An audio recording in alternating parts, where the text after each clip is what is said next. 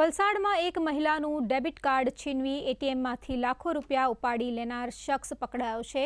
નવેમ્બરમાં એક મહિલા બીઓબીના એટીએમમાંથી રૂપિયા ઉપાડવા ગયા હતા ત્યારે આરોપીએ મદદ કરવાના બહાને તેમનું એટીએમ કાર્ડ બદલી નાખ્યું હતું અને પાસવર્ડ મેળવી લીધો હતો, જે બાદ અલગ અલગ સ્થળેથી કુલ 4.7 લાખની રકમ ઉપાડી લીધી હતી।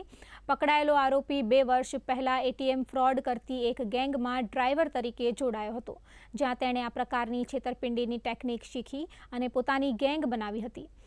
આરોપી પાસેથી વિવિધ બેંકોના 99 એટીએમ કાર્ડ, એક મોબાઈલ, રૂપિયા 4.6 લાખની રોકડ રકમ અને એક કાર મળી કુલ 9.11 લાખનો મુદ્દામાલ જપ્ત કરવામાં આવ્યો છે।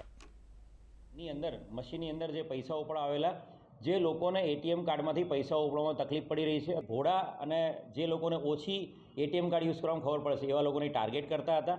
અને આ જે આરોપીઓ છે એમણે રાજસ્થાન, મહારાષ્ટ્ર, ગુજરાત સાથે સાથે યુનિયન ટેરેટરી દમણ સેલવાસમાં પણ આવા પ્રકારના ગુનાઓનો અંજામ આપ્યો છે।